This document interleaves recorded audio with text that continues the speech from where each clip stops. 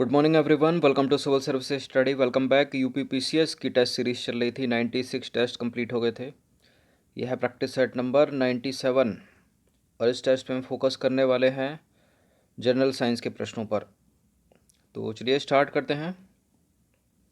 इस पूरी की पूरी टेस्ट सीरीज़ का लिंक आपको डिस्क्रिप्शन बॉक्स में मिल जाएगा। वहाँ पर आप टेस्ट नंबर 1 से लेकर 97 तक पहुँच सकते हो। यूपीएससी सिविल सर्विसेज की टेस्ट भी साथ साथ चल रही है टेस्ट सीरीज़, उसका भी आप लाभ उठा सकते हो। तो क्वेश्चन नंबर 1 पर आ जाइए। इनमें से किसका नाव के ईंधन के रूप में प्रयोग नहीं किया जा सकता? देखिए, प्रश्न किसी भी तरह पूछा जा सकता है, ठीक है। तो यूरेनियम है, जबकि बताया था पहले भी। थोरियम है, प्लूटोनियम भी है, कैल्शियम नहीं है, ठीक है। सी इसका आंसर हो जाएगा। तो थोरियम, यूरेनियम, थोरियम, प्लूटोनियम जो है रेडियो एक्टिव तत्व हैं जिनका नाभिकीय ऊर्जा प्राप्त करने के लिए ईंधन के रूप में प्रयोग किया जा सकता है। कैल्शियम हड्डियों में, अंडे के छिलके में और मोलस्क समुदाय का एक अवयव है। यह दूध में सर्वाधिक मात्रा में पाया जाता है। इसका नाभिकीय ईंधन के रूप में प्रयोग नहीं किया जा सकता। और केरल की मोनोजाइट रेत में जो है भारत में थोरियम के प्रचुर भंडार हैं, याद रखिएगा। नाभिकीय रिएक्टरों में निम्नलिखित में से किसे मंदक के रूप में प्रयोग किया जाता है? कौन है नाभिकीय रिएक्टरों में मंदक के रूप में? Graphite, option number B. तो देखिए, परंपरागत नाभिकीय रिएक्टरों में मंदक के रूप में ग्रेफाइट अथवा भारी जल का प्रयोग जो है किया जाता है। ग्रेफाइट औद्योगिक स्तर पर निर्मित होने वाले शुद्धतम पदार्थों में से एक है और अत्यधिक तापमान पर भी अपने गुण बनाए रखता है। एक ब्रीडर रिएक्टर वह होता है जो हैवी वाटर प्रयोग में लाता है, जिसे विखंडन होने वाले पदार्थों की आवश्यकता नहीं होती, या इनमें से कोई नहीं, या फिर जो विखंडन होने वाले पदार्थों को उससे अधिक उत्पन्न करता है जितना वह जलाता है। यही है, एक ब्रीडर रिएक्टर वह होता है जो विखंडन होने वाले पदार्थों को उससे अधिक उत्पन्न करता है जितना वह जलाता है। तो एक ब्रीडर रिएक्टर एक ऐसा नाभिकीय रिएक्टर है जो ईंधन के रूप में जितना विखंडनीय पदार्थ खर्च करता है उससे अधिक जो है उत्पन्न करता है। पोखरण नाभिकीय परीक्षण जो था 1974 का, उसका आधिकारिक कोड क्या था बताइए? क्या था? Smiling Buddha, option number A. तो भारतीय परमाणु आयोग ने पोखरण में अपना पहला भूमिगत नाभिकीय परीक्षण 18 मई 1974 को किया था। एग्जैक्ट डेट के साथ याद रखिए। इस परमाणु परीक्षण को स्माइलिंग बुद्धा कोड नाम दिया गया था, ठीक है। और ये पूछ लिया जाता है कॉम्पिटिटिव एग्जाम में। इसके ऊपर मूवी भी बनी है, मुख्य भूमिका में है जॉन अब्राहम। क्वेश्चन नंबर 5 पर आ जाइए। निम्नलिखित में अंतरिक्ष में भेजा गया भारत का पहला उपग्रह है, कौन सा है? Aryabhata, option number C. तो भारत का अंतरिक्ष में प्रक्षेपित प्रथम उपग्रह आर्यभट्ट है। इसका प्रक्षेपण 19 अप्रैल 1975 को किया गया था। एग्जैक्ट डेट के साथ याद रखिए। प्रश्न काफ़ी आसान लग रहे होंगे, लेकिन सारे के सारे पूछे हुए हैं ये पहले यूपीपीसीएस में। निम्नलिखित में से किस वायुमंडलीय परत में संचार उपग्रह अवस्थित किए जाते हैं? अब संचार पढ़ के सीधा आयन मंडल मत लगा देना। संचार उपग्रह अवस्थित किए जाते हैं, ठीक है। जो सैटेलाइट हैं वो अवस्थित, कम्युनिकेशन सैटेलाइट कहाँ? सबसे बाहर के मंडल में, बहिर्मंडल में, ठीक है। डी हो जाएगा इसका आंसर। तो बहिर्मंडल अर्थात वायुमंडल में जो कम्युनिकेशन सैटेलाइट हैं वो स्थापित किए जाते हैं। और कैसे पावर लेते हैं ये? इनके ऊपर लगा होता है सोलर सिस्टम, ठीक है। और तो सूर्य से आने वाली जो रोशनी है वो सोलर सिस्टम पर पड़ती है। फिर जो सोलर सिस्टम या सोलर सेल है वो क्या करती है? सौर ऊर्जा को विद्युत ऊर्जा में परिवर्तित करती है, ठीक है। एक भूस्थिर उपग्रह का परिक्रमण काल कितना होता है? एक भूस्थिर उपग्रह का परिक्रमण काल 24 घंटे ही होता है, ऑप्शन नंबर डी। तो एक भूस्थिर उपग्रह पृथ्वी की सतह से लगभग 35,786 किलोमीटर की ऊंचाई पर, ये इंपॉर्टेंट है, याद रखिए इसको, पृथ्वी की घूर्णन की दिशा में परिक्रमा करता है। और भूस्थिर उपग्रह का परिक्रमण काल 24 घंटे होता है। क्रायोजेनिक ताप से आशय उस ताप से है जो, क्रायोजेनिक ताप से आशय उस ताप से है जो बताइए इनमें से -150 डिग्री सेल्सियस से कम होता है। Option number C. तो देखिए क्रायोजेनिक ताप से आशय -150 डिग्री सेल्सियस से कम ताप से है, याद रखिएगा। निम्नतापी इंजनों का अनुप्रयोग होता है किसमें?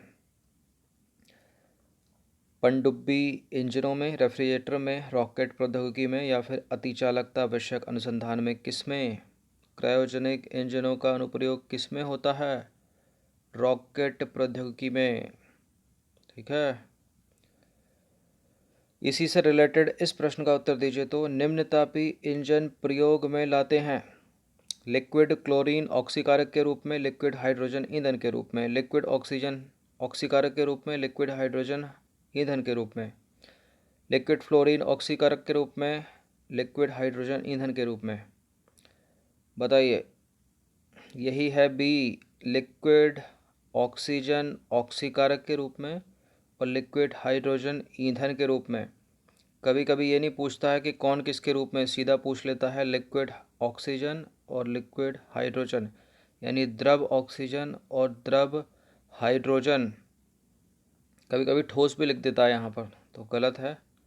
ठीक है, लिक्विड ऑक्सीजन ऑक्सीकारक के रूप में तथा लिक्विड हाइड्रोजन ईंधन के रूप में। ऑप्शन नंबर बी है इसका आंसर। तो निम्न तापीय क्रायोजेनिक इंजनों में सामान्यतः लिक्विड ऑक्सीजन ऑक्सीकारक के रूप में तथा लिक्विड हाइड्रोजन ईंधन यानी फ्यूल के रूप में प्रयुक्त होता है। निम्नलिखित में रॉकेट किस सिद्धांत पर कार्य करता है? किस सिद्धांत पर कार्य करता है रॉकेट? बर्नौली सिद्धांत को एलिमिनेट करते हैं। बताइए किस सिद्धांत पर कार्य करता है? एवोगैद्रो भी नहीं है, संवेग संरक्षण के सिद्धांत पर कार्य करता है। तो रॉकेट के ऊपर जाने का सिद्धांत है संवेग संरक्षण। देखिए रॉकेट गैसें जो हैं, रॉकेट से गैसें अत्यधिक वेग से पीछे की ओर निकलती हैं तो वो आगे की तरफ भागता है। ठीक है, जो रॉकेट को ऊपर उठाने के लिए आवश्यक जो जरूरी संवेग है वो प्रदान करती हैं। संवेग संरक्षण नियम के अनुसार एक वस्तु में जितना संवेग परिवर्तन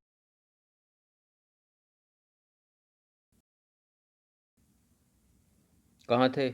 संवेग संरक्षण नियम के अनुसार एक वस्तु में जितना संवेग परिवर्तन होता है दूसरे में उतना ही संवेग परिवर्तन जो है विपरीत दिशा में होता है। प्रश्न क्रमांक संख्या 12 पर आ जाइए। निम्नलिखित में दूरबीन का आविष्कारक कौन है? दूरबीन को आविष्कार किया था कम से कम 1600 के टाइम में, 1609 में। किसने? गैलीलियो ने। गैलीलियो। तो दूरबीन का आविष्कार जो है 1609 में इटली के वैज्ञानिक गैलीलियो ने किया था। तो गैलीलियो नाम याद रखना, ये डेट याद रखनी है, और कहाँ के थे? इटली के। क्वेश्चन नंबर 13 पर आ जाइए। निम्नलिखित कथनों पर विचार करना है, दो स्टेटमेंट के साथ बताइए कौन सा करेक्ट है। पेनिसिलिन एंटीबायोटिक का एक समूह है। पेनिसिलिन की खोज अलेक्जेंडर फ्लेमिंग ने की थी। बड़ा ही इम्पोर्टेंट है ये पेनिसिलिन, बहुत पूछते हैं इसको। और ये फिलहाल दोनों के दोनों स्टेटमेंट यहाँ पर करेक्ट हैं, सी है इसका आंसर। तो देखिए पेनिसिलिन जो है एंटीबायोटिक का एक समूह है जिसकी उत्पत्ति पेनिसिलियम नोटेटम कवक से हुई है। पेनिसिलिन की खोज का श्रेय 1928 में स्कॉटिश वैज्ञानिक एवं नोबेल पुरस्कार विजेता अलेक्जेंडर फ्लेमिंग को जाता है। निम्नलिखित में से लेज़र का आविष्कारक कौन है? लेज़र का आविष्कार किसने किया था? थियोडोर मैनन। किसने किया था? थियोडोर मैनन ने। तो लेज़र का आविष्कार अमेरिकी वैज्ञानिक थे वो, थियोडोर मैनन, उन्होंने किया था। 16 मई 1960 को रूबी क्रिस्टल से लाल रंग की किरण पैदा करने में सफलता प्राप्त की थी थियोडोर मैनन ने। किससे? रूबी क्रिस्टल से। क्वेश्चन नंबर 15 पर आ जाइए, अंतिम प्रश्न है ये। निम्नलिखित कथनों पर विचार कीजिए। फाउंटेन पेन के आविष्कारक रॉबर्ट वॉटसन थे। रडार के आविष्कारक वाटरमैन थे। बताइए कौन सा करेक्ट है। रडार का प्रयोग किस लिए होता है सबको पता है। रडार सोनार में डिफरेंस है। ठीक है, रडार है मतलब ऊंचाई वाले स्थानों के लिए, खुले आसमान में चीज़ों को जोड़ने के लिए, नेविगेशन करने के लिए। और जो सोनार है वो समुद्र में स्थित चीज़ों का पता लगाने के लिए। तो फाउंटेन पेन का आविष्कारक जो है, थोड़ा एलिमिनेट, इसको इंटरचेंज कर दो, वाटरमैन है, और रडार के आविष्कारक हैं रॉबर्ट वाटसन। ठीक है, तो उल्टा पुल्टा कर रखा, मतलब कोई भी सही नहीं है, इसमें डी होगा इसका आंसर। तो फाउंटेन पेन के आविष्कारक थे वाटरमैन, सभी को पता होगा। इन्होंने न्यूयॉर्क शहर में 1883 में फाउंटेन पेन का आविष्कार किया था। वाटरमैन ने अपने इस उत्पाद को जो है, किस उत्पाद को, फाउंटेन पेन को, पेटेंट भी कराया था 1884 में। बात करें रडार की, तो रडार के आविष्कारक हैं रॉबर्ट वाटसन। तो ये 15 प्रश्न थे सामान्य विज्ञान के, इन पर एक बार तो नज़र गाड़ ही लीजिएगा। तो धीरे धीरे आगे की तरफ बढ़ रहे हैं, जैसे ही सारे क्वेश्चन कवर हो जाएंगे अपनी प्रैक्टिस स्टार्ट कर देंगे। ठीक है, और बीच बीच में जो है करंट का सेट भी मिलता रहेगा। धन्यवाद, प्रैक्टिस करते रहिए इनकी।